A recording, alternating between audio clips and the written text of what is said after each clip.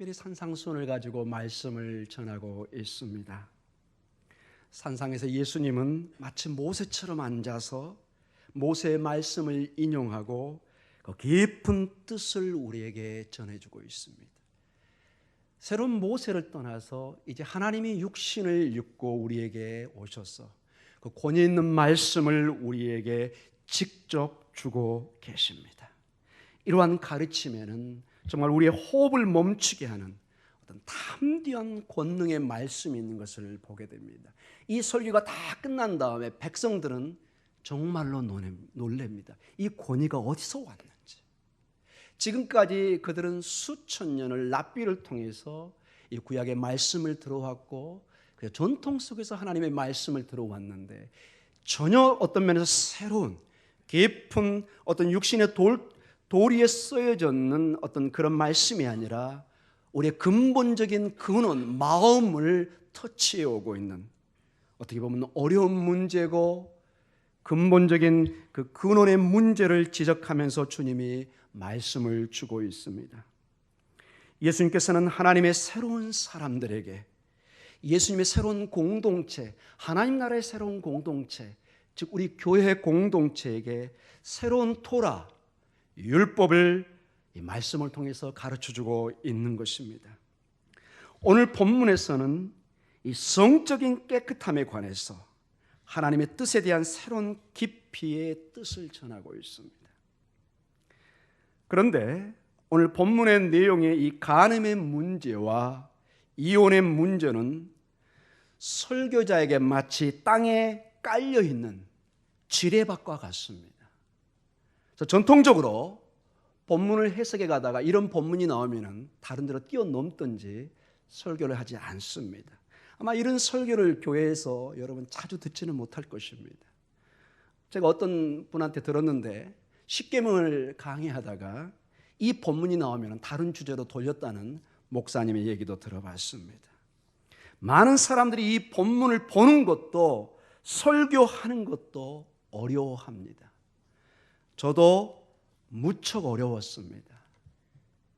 그러나 이 말씀을 빼놓고 갈 수는 없었습니다.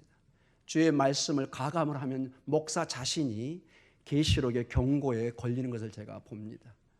계시록의 마지막 말씀에 이 말씀에 더하거나 빼면은 생명책에서 내 이름을 제하겠다고 말씀해 주셨습니다. 특별히 이 산상수는 중요한 게 어떤 사도 바울이나 요한이나 베드로나 이런 어떤 하나님의 말씀을 듣고 어떤 해석을 통해서 주어지는 말씀이 아니라 어떤 서신사하고 전혀 차원이 다른 것입니다. 이 말씀은 주님이 직접 하신 말씀을 그대로 적어서 우리에게 준, 더구나 엄선해서 주신 말씀이기 때문에 우리의 공동체는, 우리는 정말로 심각하게 이 말씀에 귀를 기울여야 될 것입니다. 이 본문이 사실은 어려운 본문이고, 그렇기 때문에 이 주님이 우리 공동체에게 정말로 필요한 말씀이기 때문에 주신 것입니다. 아멘입니까? 사랑하는 성도 여러분, 오늘 우리가 읽었던 이 본문의 내용은 마치 전염병처럼 서구 사회와 지금 우리 한국 사회에 퍼지고 있는 문제고, 교회도 예가 아니라는 것이 그 심각성이 있습니다. 교회와 여러분 TV와 영화를 한번 펴보십시오. 인터넷을 봐보십시오. 정말로 전염병처럼 퍼지고 있습니다. 온 세상이 이 성적인 유혹으로 우리의 가정과 여러분의 남편과 여러분의 아내를 도적질하려고 덤벼오고 있습니다. 여러분의 자식을, 저의 자식을 영혼을 죽이는 일로 끌고 가고 있는 것입니다. 이것이 한 번 즐기면 끝나는 그것이 아니라 이건 깊은 영적인 문제요, 사탄의 가장 큰 무기 중에 하나입니다. 수많은 목사가 이 문제 때문에 넘어지고 있습니다. 수많은 교회가 이 문제 때문에 깨지고 쪼개지고 있습니다. 이 문제를 쉽게 넘어갈 수 있는 문제는 아닙니다. 여기 서 있는 목사도 예애가 아니고, 그래서 너무 힘든 설교 준비를 했습니다. 그러나 우리 주님께서는 이 문제를 직시하고 믿음의 가정과 공동체 속에 이 문제가 얼마나 중요하고 심각한 영향을 줄 수 있는가를 보여주고 있습니다. 이 문제를 빨리 잡지 않으면 그 가정은 깨집니다. 그 가정은 깨집니다. 그 공동체는 깨집니다. 마치 질병이 생겼을 때 초기에 잡지 않으면 4기, 5기로 가면 그 사람은 죽습니다. 현대의학으로도 고치기가 거의 불가능한 지경에 갑니다. 이런 말씀이 떨어질 때 빨리 경각심을 가지고 하나님의 경고를 듣고 우리 개인과 교회와 이 사회가 바로 서야 됩니다. 사랑하는 성도 여러분, 사회에 만연되어 있는 이 성적인 문제를 여러분 심각하게 보셔야 됩니다. 성경을 연구해보고 영적인 내용으로 보면은 교회가 타락할 때 그 사회가 성적으로 문란합니다. 이것이 아주 중요한 점입니다. 사회의 성적인 문란은 우리 교회 공동체의 문란이요, 하나님의 말씀을 떠났다는 증거 중에 하나입니다. 하나님의 말씀이 불꽃처럼 전해지고 여기 서 있는 목사와 성도들이 몸부림치고 살아갈 때 세상은 함부로 살 수가 없는 것입니다. 여러분, 이단들의 특징을 봐보세요. 그들이 고상한 말을 전하는 것 같고 혹하는 얘기를 들어보지만 깊은 내면에 가면은 성적으로 굉장히 어두운 집단인 것을 보게 됩니다. 하나님의 영이 흐려지고 하나님의 말씀을 떠나고 그 다른 것이 들어가면은 거의 99%, 100%도 라고 말할 수 있을 정도로 그 영이 타락하고 첫 증거가 성적인 타락으로 옵니다. 이것은 무서운 성경의 경고고 이스라엘 역사의 경고 중에 하나입니다. 성경에 의하면 성적 관계는 두 가지 점에서 강조를 합니다. 분명히 어떤 바운더리, 제한을 둡니다. 이 성적인 관계는 창세기 1장을 통해서 보고 전체적인 성경을 통해서 볼 때 부부 사이의 관계를 하나님이 축복하시고 그걸 통해서 새로운 하나님의 생명들이 나오기를 원합니다. 이것이 원칙이고 하나님이 축복하는 것입니다. 이 부부 사이에 건강한 성적인 관계가 이루어져야만이 가정이 건강해지고 그 사회가 건강해지고 모든 질서가 생기는 것을 보게 됩니다. 여러분도 알고 저도 알고 모든 역사를 통해서 볼 때 이 한계를 뛰어넘어서 어떤 부정한 관계가 이루어질 때는 즉시 우리 영혼은 어떤 잘못된 것을 느낍니다. 이것은 안 되는데 알면서도 죄를 짓지만 그 안에 분명히 느낍니다. 이것은 내 아내를, 내 남편을 속이는 것이라는 것을 내 심장이 느끼고 있는 것입니다. 사랑하는 성도 여러분, 하나님은 분명히 가정을 축복하셨습니다. 그 외에 어떤 관계는 하나님의 질서에 맞지 않습니다. 그런 면에서 동성연애나 이것은 전혀 성경과 맞지 않는 것입니다. 그 어떤 이유를 들어서라도 건강한 가정을 깨는 것입니다. 이것은 작금에 우리에게 보여주고 강조되는 상스러운 에로틱한 문학이나 고상하게 포장된 성적인 관계와 정면으로 반대되는 것입니다. 헐리우드 영화를 보십시오. 아름다운 영화를 봐보십시오. 내가 하면 로맨틱이고 남이 하면 불륜인 그런 내용들이 많습니다. 사랑하는 성도 여러분, 제가 공개석상에서 이 한류나 이런 것을 비판하는 건 아니지만 좀 심하게 위험을 느낍니다. 그 젊은 청소년들이 춤을 추며 보내며 수출을 한다고 하고 우리 한국을 알린다고 그러지만은 근본 그들의 춤을 한번 봐보십시오. 내용들을 봐보세요. 5살, 6살 먹은 애가 방송에 와서 특기 자랑을 하는데 그 춤에 추는 모습이 거의 어른들의 어떤 성적인 춤과 거의 유사합니다. 저는 그것을 다 나쁘다고 말하고 싶지는 않습니다. 그러나 상당히 많은 어른들과 사람들이 성적인 눈으로 그걸 보고 있다는 것이 문제입니다. 제가 가르치는 학교 저기 양평 쪽으로 가면은 왜 그렇게 러브 호텔이 많은지 잘 이해가 안 갈 때도 있습니다. 사랑하는 성도 여러분, 이게 어찌된 일입니까? 왜 이렇게 우리 주변에는 우리 가정과 내 남편과 내 아내를 뺏어가려고 하는 이런 유혹들이 우죽순처럼 나와 있고 이것을 정부나 우리 교회에서는 방관하고 있습니까? 사랑하는 성도 여러분, 한계나 경계가 없는 성적인 관계에 대한 경고는 욥기 24장 15절에 다음과 같이 나와 있습니다. 우리 같이 한번 읽도록 하겠습니다. 욥기 24장 15절 말씀입니다. 간음하는 자의 눈은 저물기를 바라며 아무 눈도 나를 보지 못하리라 하고 얼굴을 가리며.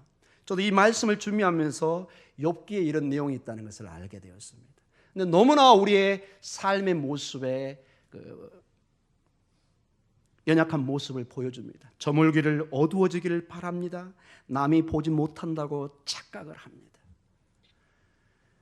여러분, 한두 번은 속일 수 있지만 이 성적인 문제는 영적인 문제이기 때문에 반드시 밝혀지게 되어 있습니다. 이건 속일 수가 없습니다.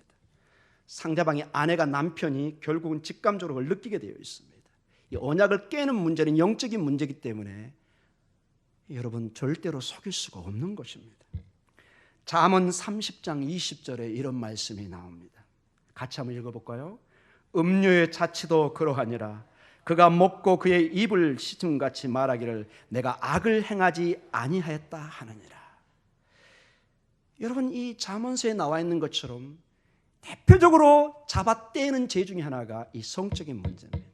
대부분 죄송합니다. 제가 남자라 이런 얘기를 합니다. 남자들이 주로 당당하게 얘기합니다. 남성미를 이런 식으로 과시할 때가 많습니다. 여러분, 어리석은 얘기입니다.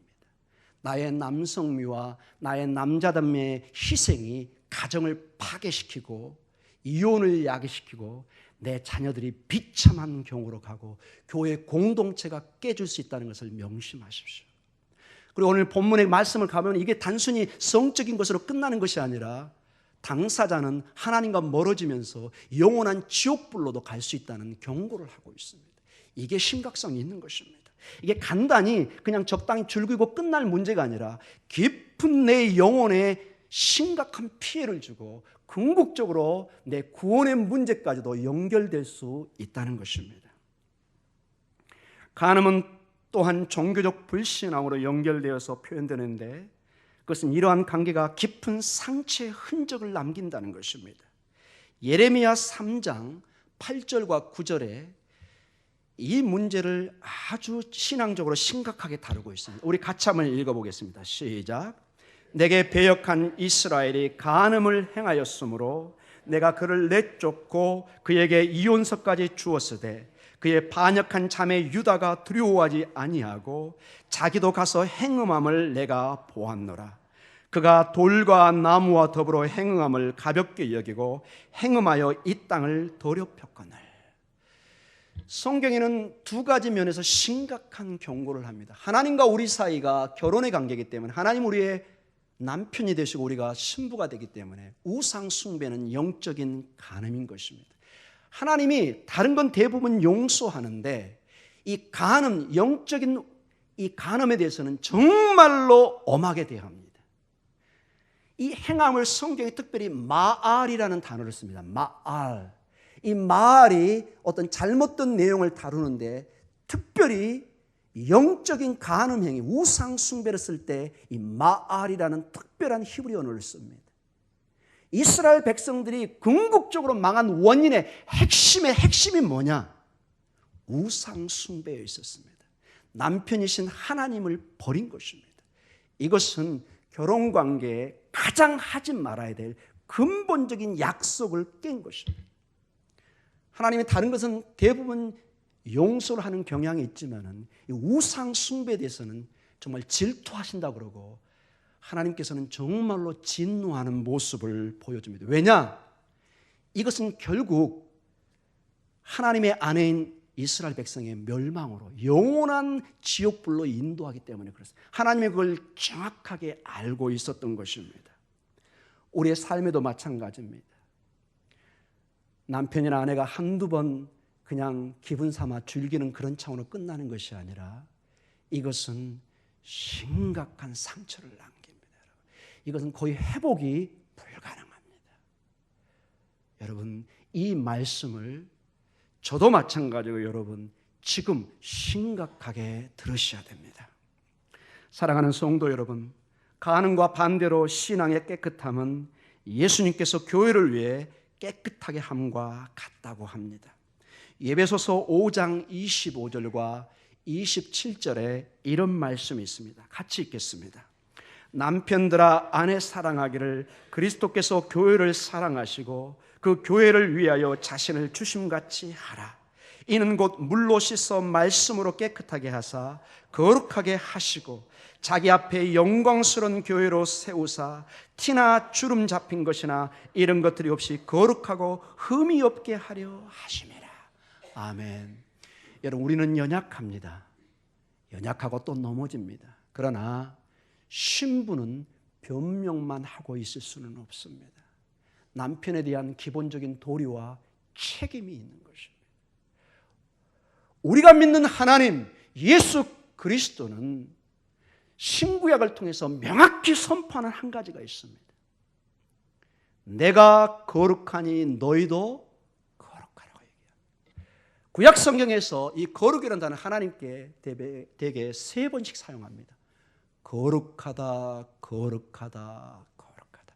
카도시, 카도시, 카도시. 하나님의 그 존재 자체가 거룩입니다. 이것을 우리가 그 하나님을 믿고 따르는 저희들이 절대로 망각해서는 안 됩니다.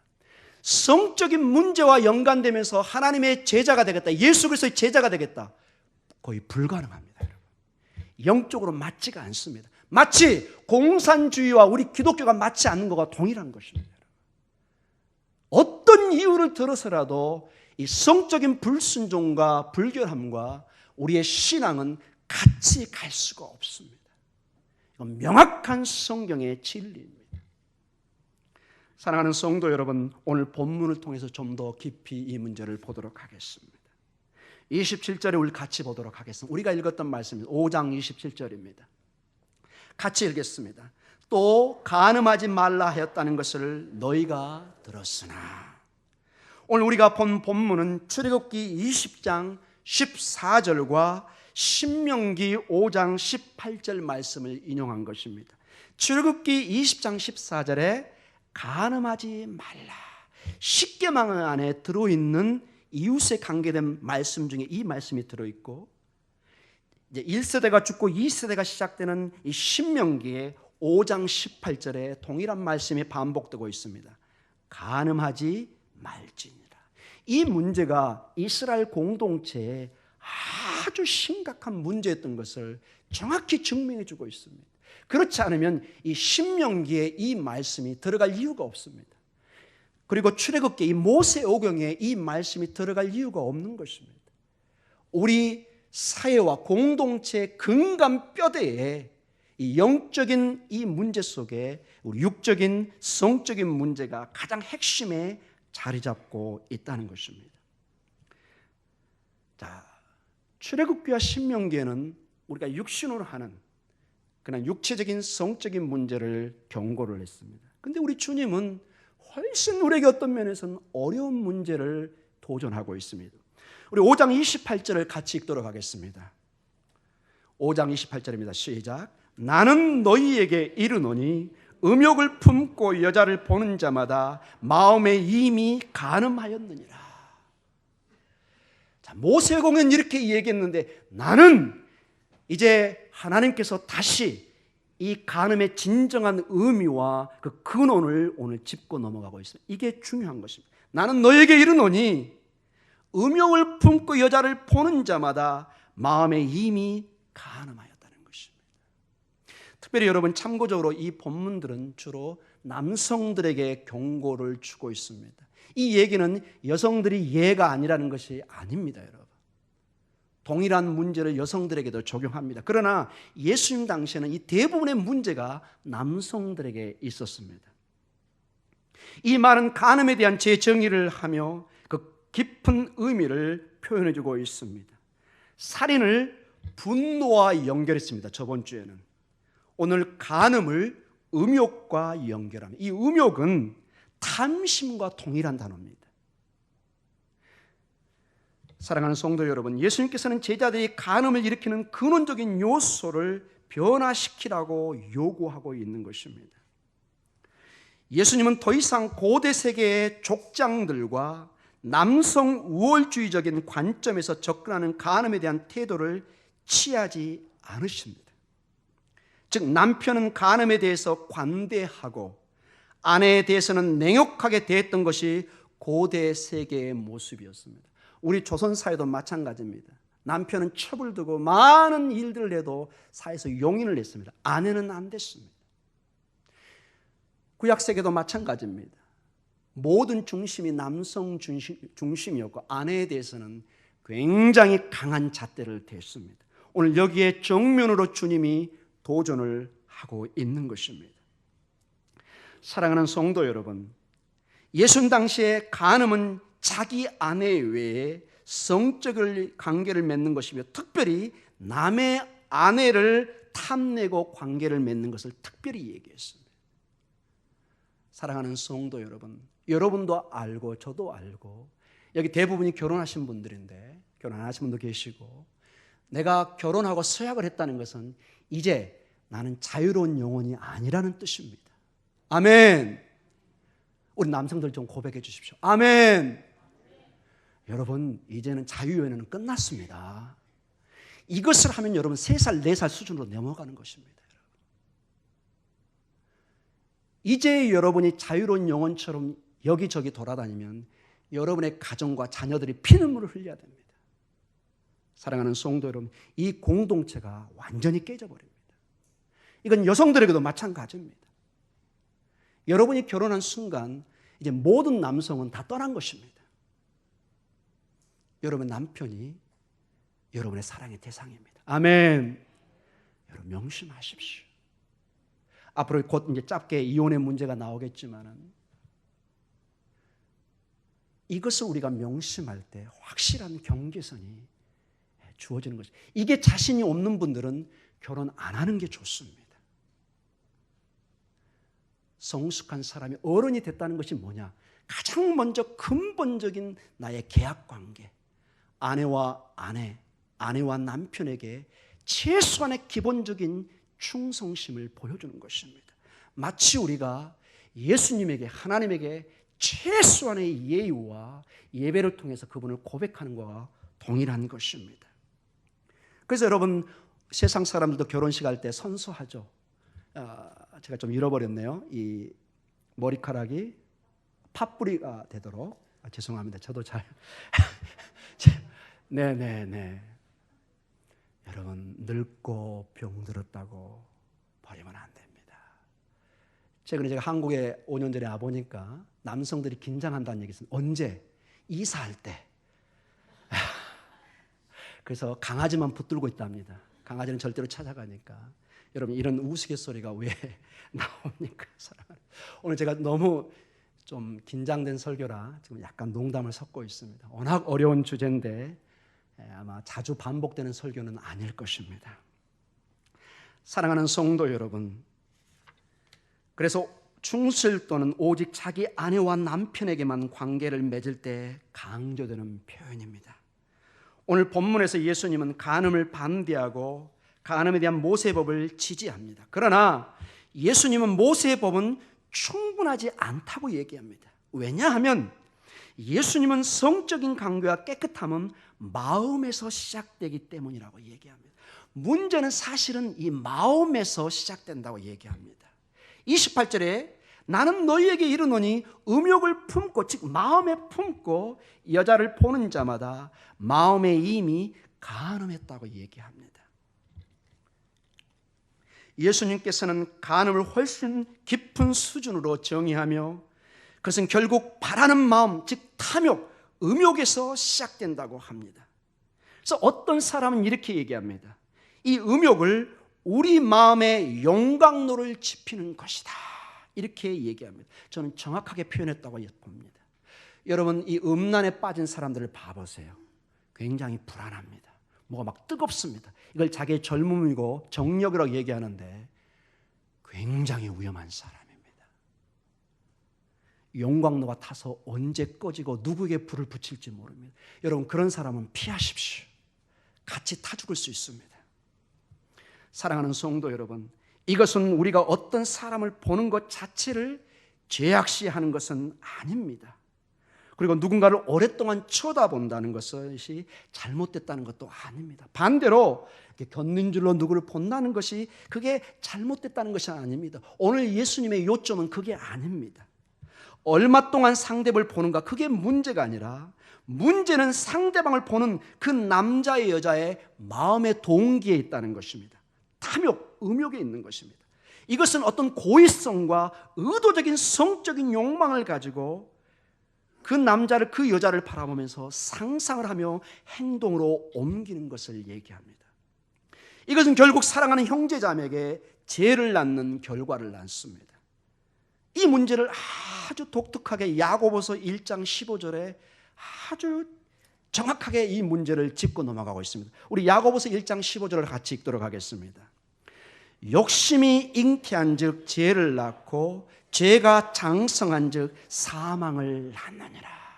아멘.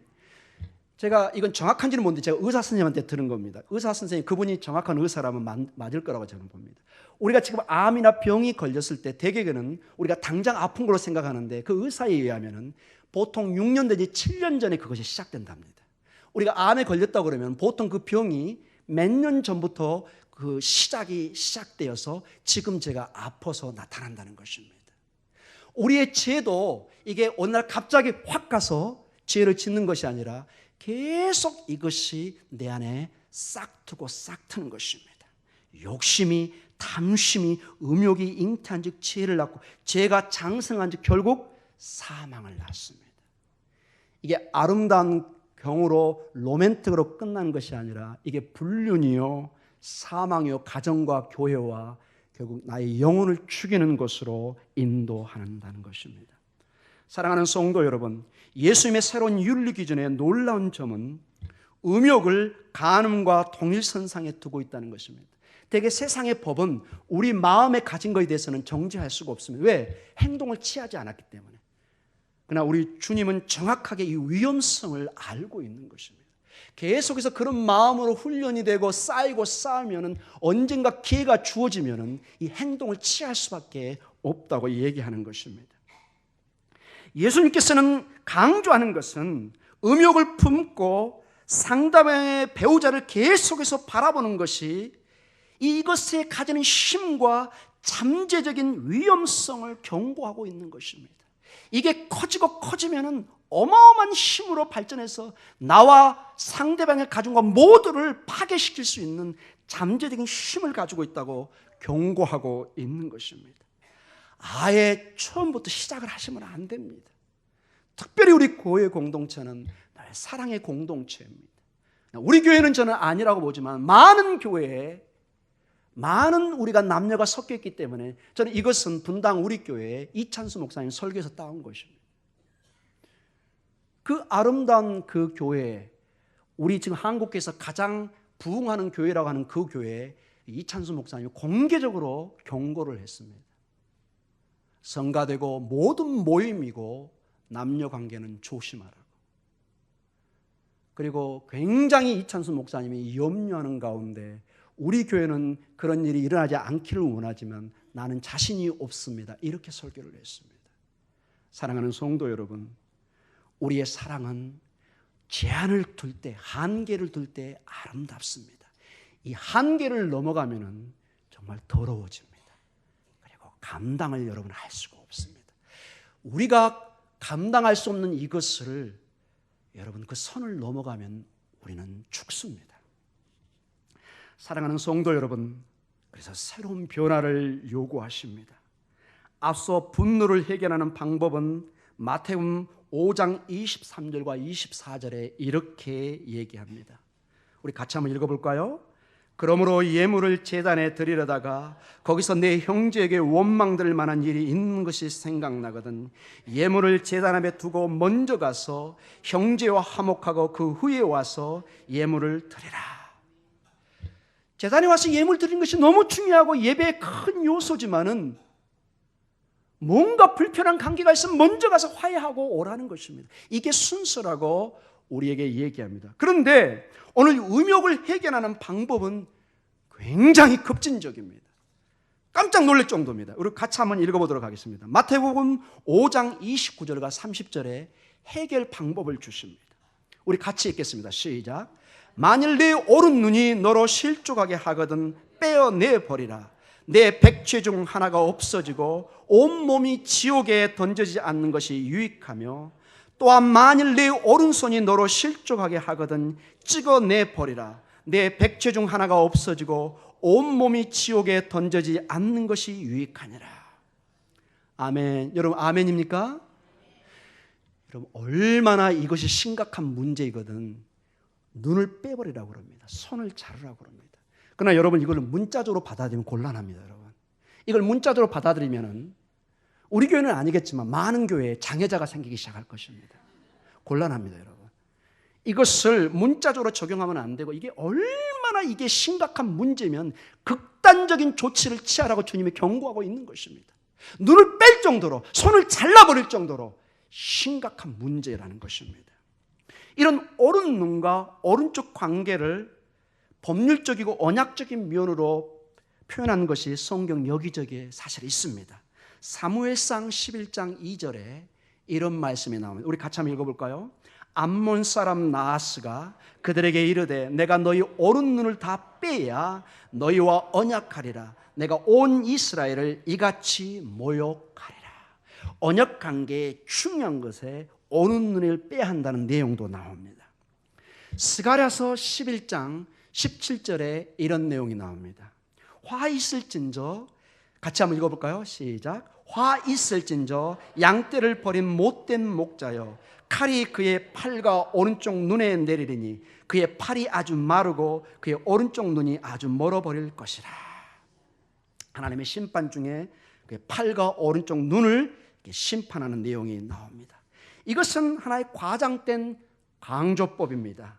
이 음욕이 얼마나 심각한 문제인지를 일깨워주는 그런 내용인 것입니다.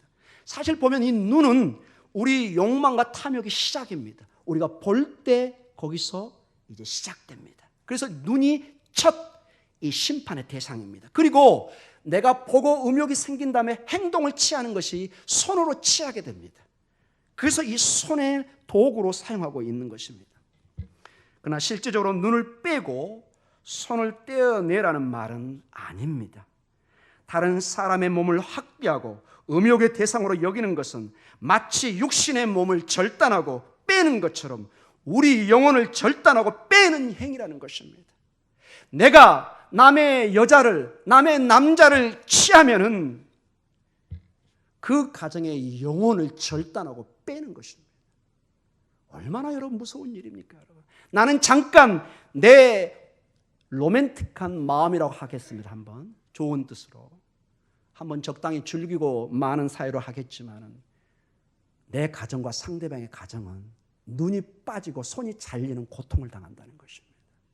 이 공동체에 심각한 경고를 하고 있는 것입니다. 여기에 실족이란 단어가 2번씩이나 나옵니다. 실족은 제 자연스러운 성격을 말해줍니다. 떨어지게 쳐다보고 성적인 환상을 가지고 음욕을 품는 것은 결국 그 사람을 제 가운데로 떨어지게 한다는 것입니다. 그래서 이 음욕은 도덕적 타락으로 인도할 수 있으며 성적 욕망의 중독성은 신앙을 떠나게도 할 수 있다는 심각한 경고입니다. 시간이 많이 갔지만 이 한 예를 들고 오늘 결론적으로 말씀을 마치겠습니다. 이 육적인 이 성적인 문제가 얼마나 심각한 영적인 문제를 가져올 수 있는가를 이스라엘의 한 왕을 통해서 보도록 하겠습니다. 열왕기상 11장 1절과 11절에 아주 여러분이 놀랄 만한 예화가 나옵니다. 솔로몬 그러면 여러분 다 압니다. 다윗의 아들이고 위대한 지혜의 왕입니다. 이 입시철이 되면은 일부 성도님들은 와서 목사님 저희 자녀에게 솔로몬의 지혜가 임하도록 기도해 주세요 오는 사람이 있는데 제가 이 신학을 공부한 이후로 좀 주저합니다. 왜냐? 이 솔로몬은 지혜의 왕이었지만 그의 인생의 마지막은 그리 아름답지가 않습니다. 이 지혜를 하나님의 말씀으로 늘 비춰서 인도받지 못했기 때문에 이 지혜가 자기의 유욕과 자기의 탐심으로 인도되는 것을 보게 됩니다. 사랑하는 성도 여러분, 우리의 모든 것은 하나님의 말씀으로 정화를 받아야 되고 인도함을 받아야 됩니다.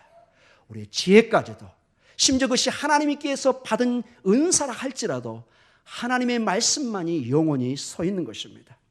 우리 솔로몬 11장 1절부터 같이 한번 읽어보도록 하겠습니다. 시작. 솔로몬 왕이 바로의 딸 외에 이방의 많은 여인을 사랑하였으니 곧 모압과 암몬과 에돔과 시돈과 헷 여인이라. 여호와께서 일찍이 이 여러 백성에 대하여 이스라엘 자손에게 말씀하시기를 너희는 그들과 서로 통혼하지 말며 그들도 너희와 서로 통혼하게 하지 말라. 그들이 반드시 너희의 마음을 돌려 그들의 신들을 따르게 하리라 하였으. 솔로몬이 그들을 사랑하였더라. 왕의 후궁이 700명이요 첩이 300명이라. 그의 여인들이 왕의 마음을 돌아서게 하였더라. 솔로몬이 나이가 많은 때에 그의 여인들이 그의 마음을 돌려 다른 신들을 따르게 하였으므로 왕의 마음이 그의 아버지 다윗의 마음과 같지 아니하여 그의 하나님 여호와 앞에 온전하지 못하였으니 이는 시돈 사람의 여신 아스다로스를 따르고 암몬 사람의 가증한 밀곰을 따름이라. 솔로몬이 여호와의 눈앞에서 악을 행하여 그의 아버지 다윗의 여호와를 온전히 따름같이 따르지 아니하고 모압의 가증한 금오스를 위하여 예루살렘 앞산에 산당을 지었고 또 암몬 자손의 가증한 몰록을 위하여 그와 같이 하였으며 그가 또 그의 이방 여인들을 위하여 그와 같이 한지라. 그들이 자기의 신들에게 분향하며 제사하였더라. 솔로몬이 마음을 돌려 이스라엘 하나님 여호와를 떠남으로 여호와께서 그에게 진노하시니라. 여호와께서 일찍이 2번이나 그에게 나타나시고 이 일에 대하여 명령하사 다른 신을 따르지 말라 하셨으나 그가 여호와의 명령을 지키지 않았으므로 여호와께서 솔로몬에게 말씀하시되 내게 이러한 일이 있었고 또 내가 내 언약과 내가 내게 명령한 법도를 지키지 아니하였으니 내가 반드시 이 나라를 내게서 빼앗아 내 신하에게 주리라. 아멘. 얼마나 여러분 무서운 경고입니까? 여기서 마음이 6번이나 반복되는데 첫 번째 이 솔로몬은 그 마음이 이방 여인들에게 향하기 시작합니다. 그런데 놀라운 게 여기서 이 마음이 레브라는 심장을 의미하는데 이 심장이 여인들에게 가니까 나중에 9절에 뭐라고 그러죠? 솔로몬이 마음을 돌려 이스라엘 하나님 여호와를 어떻게 하죠? 떠납니다. 이게 중요한 것입니다. 이게 단순히 한번 그냥 유격을 즐기는 것이 아니라 이게 빠지기 시작하면 내 마음이 세상으로 빠지면서 결국 하나님을 버리게 된다는 것입니다. 하나님을 떠나게 된다는 것입니다. 여러분 절대로 이 문제에 대해서는 자신하면 안 됩니다. 다윗도 넘어지고 솔로몬도 넘어졌습니다. 그 누구도 이 문제에 대해서는 우리가 자신을 하면 안 됩니다. 조심 또 조심 또 조심해야 됩니다. 아름다운 여인이나 남자가 문제가 아닙니다. 그런 사람을 볼 때는 우리는 하나님의 창조로서 기뻐합니다. 그러나 한 여인이나 남자를 자기 물건처럼 생각하고 자기 자신을 만족시키는 성적인 대상으로만 생각하고 탐욕과 음욕의 대상으로만 생각할 때 문제가 생기는 것입니다. 이제 말씀을 맞춰 가도록 하겠습니다. 자, 우리가 이 말씀을 보았습니다. 사랑하는 성도 여러분, 그러나 우리의 현실은 넘어지고 또 넘어지고 여기 서 있는 저도 연약함의 극치를 달리고 있습니다. 인터넷을 켜고 영화를 보고 방송을 보면은 이제 성적인 문제는 너무 보편적으로 와닿습니다. 그냥 남녀가 만나면 그냥 호텔 가는 게 자연스러운 내용처럼 나옵니다. 사랑하는 성도 여러분, 그러나 우리는 영적인 자세로 우리는 정말로 특수한 공동체입니다. 우리는 세상을 버리고 하나님의 자녀가 되겠다고 새롭게 하나님의 공동체로 들어온 사람입니다. 우리의 삶은 달라야 됩니다. 그러나 우리는 넘어지고 또 넘어지고 또 넘어집니다. 우리 안에 이런 연약한 모습이 있습니다. 음욕을 품고 또 넘어지고 때로는 여기 이혼의 문제도 나옵니다. 어떻게 해야 되겠습니까? 사랑하는 성도 여러분, 이제 다시 우리는 하나님의 은혜의 보좌로 나가야 됩니다. 하나님, 제가 이렇게 연약한 자입니다. 내 아내를 사랑하지 못하고 내 남편을 사랑하지 못하고 이렇게 제가 세상의 유혹에 빠져 있습니다. 하나님 용서해 주시고 하나님의 은혜로 다시 한번 저를 잡아주시옵소서. 사랑하는 성도님, 왜 이 주님이 이 말씀을 주셨을까요? 정말 연약해서 지킬 수 없는 것을 주신 걸까요? 사랑하는 성도님, 이것을 명심하십시오. 복음은 모든 것을 가능하게 합니다. 복음은 우리를 붙들 수 있습니다. 주의 말씀은 우리를 정결하게 할 수 있는 것입니다. 나는 연약하고 부족하지만 하나님의 말씀은 나를 붙들 수 있습니다. 이 교회를 정결하게 할 수 있습니다. 여러분, 우리는 충분히 가능합니다. 연약한 자가 있으면 격려해 주십시오. 기도해 주십시오. 사랑하는 집사님, 사랑하는 성도님, 사랑하는 권사님, 사랑하는 장로님, 사랑하는 목사님, 힘을 내십시오. 우리는 서로 격려하고 기도하고 끌어줘야 됩니다. 내버려 두고 어떻게 멸망해가나 보면 안 됩니다. 여러분, 같이 눈물로 붙들고 기도해주고 그 가정을 살려내야 됩니다. 사랑하는 성도 여러분, 하나님의 은혜 외에는 불가능합니다. 하나님의 은혜의 자리로 가서 내 힘으로 절제할 수 없는 이 음욕의 마음을 예수의 이름으로, 예수의 피로 이것을 반드시 회복해야 될 것입니다. 그래야만이 우리 교회가, 우리 가정이 삽니다. 세상은 오늘도 우는 사자처럼 이것으로 유혹을 합니다. 괜찮아, 멋있는 거야. 얼마나 멋있는 로man틱한 일이냐. 안 됩니다, 여러분. 우리의 공동체와 우리 교회는 단호하게 이 문제에 대해서는 우리가 바로 서야 될 것입니다. 그래서 주의 성령의 역사를 우리가 기도하고 한 가지만 더 제안하고 마치겠습니다. 어떻게 해야 될까? 성경에 보니까 이 문제에 해결하는 한 사람이 나옵니다.